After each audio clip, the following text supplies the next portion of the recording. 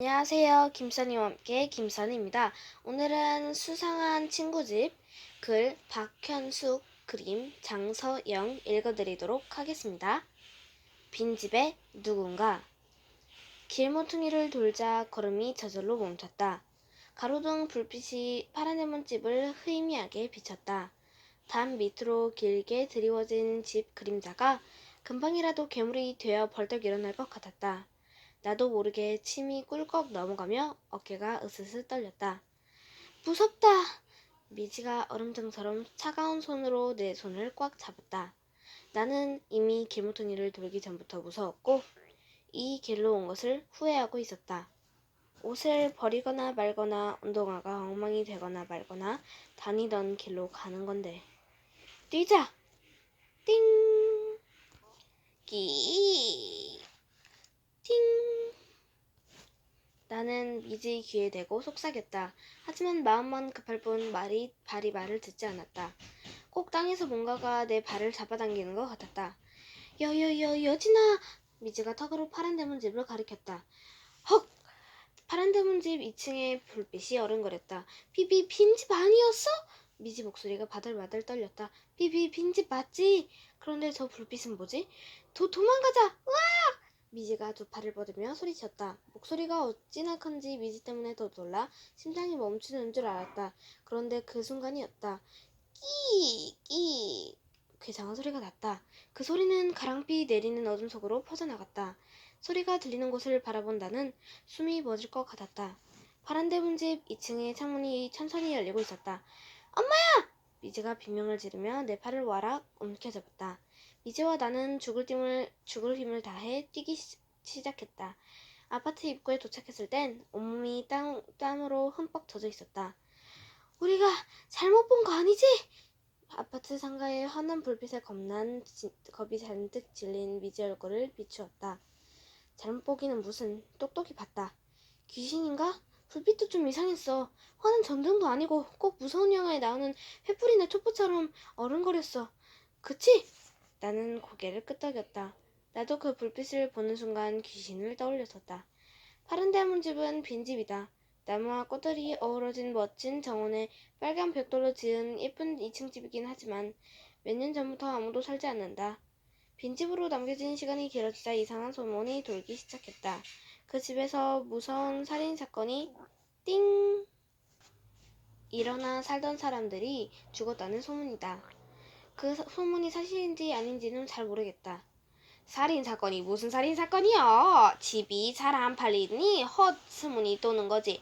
요즘 경기가 안 좋아서 비싼 집이 안 팔리는 거요. 부동산에서 그러는데 그 집이 워낙 고급 자체만 골라서 튼튼하게 지은 집이라 비싸더라고 하더라. 할머니는 돈만 있으면 당장 그 집을 사겠다고 했다. 하지만 살인사건이라는 이 사실이라는 증거가 없듯 할머니 말이 사실이라는 증거도 없었다. 아무튼 파란 대문집은 시간이 지날수록 점점 더 을씨년스럽게 변해갔다. 멀리서도 한눈에 보일 만큼 먼지가 쌓였고 나무는 제멋대로 가지를 먹고 풀들은 키가 자라 담장을 넘어왔다. 아이들은 되도록 파란 대문집 골목으로 다니지 않는다. 그 길로 다니지 않는다고 해서 불편하지는 않았다. 큰 길을 이용하는 게 더 편했다. 그런데 며칠 전부터 큰 길의 한편에 건물을 짓는 공사가 시작되었다.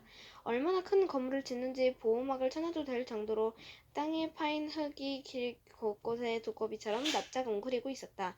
거기에다 어제부터 비까지 내려 길이 그야말로 구축처럼 변했다. 오늘 새 운동화 신고 왔는데 우리 돌아서 다른 길로 가자. 먼저 파란 대문집이 있는 길로 가자는 것은 미지였다. 미지는 망설이는 나에게 학원 올 때도 그 길로 왔고 하나도 무섭지 않다고 말했다. 그래, 그러자. 이미 어두워진 데다가 비까지 내려 조금 찜찜하긴 했지만 그래도 혼자가 아니고 둘인데 어떠랴 싶었다.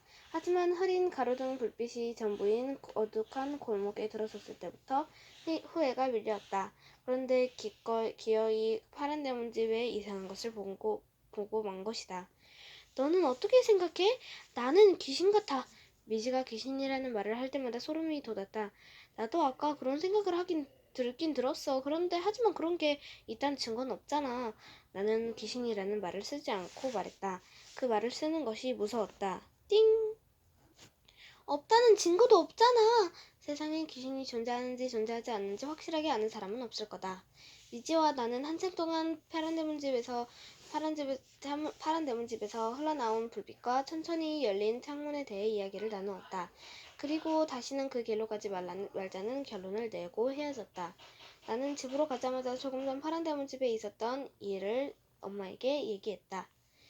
빈집에서 불빛이 나고 누가 창문을 열었다고? 에이, 처음에 엄마는 콧방귀를 뀌며 그럴 리가 있겠냐고 시큰둥하게 말했다. 겁에 질리면 헛것도 보인다면서 나와 미지가 뭐를 잘못 본 거라고 핀잔을 주었다. 하지만 끝까지 아니라는 내 말에 왜 그런 위험한 길로 다녀? 큰 길을 두고. 요즘 얼마나 무서운 세상인데. 이러고 화를 냈다. 정말 불빛이 새어나온겨? 창문이 열려있었다고 맞아?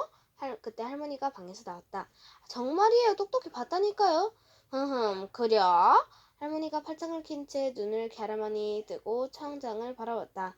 또 왜 참견을 하시나 하는 표정으로 할머니를 바라보던 엄마는 할머니의 진지한 얼굴에 앞에 덩달아 진지해졌다. 뭐 아는 거 있으세요? 알지. 뭔데요, 어머니? 엄마가 침을 꿀꺽 삼키며 할머니 앞으로 다가섰다. 그 집에 살인사건이 일어나는 소문이 있었지 않냐?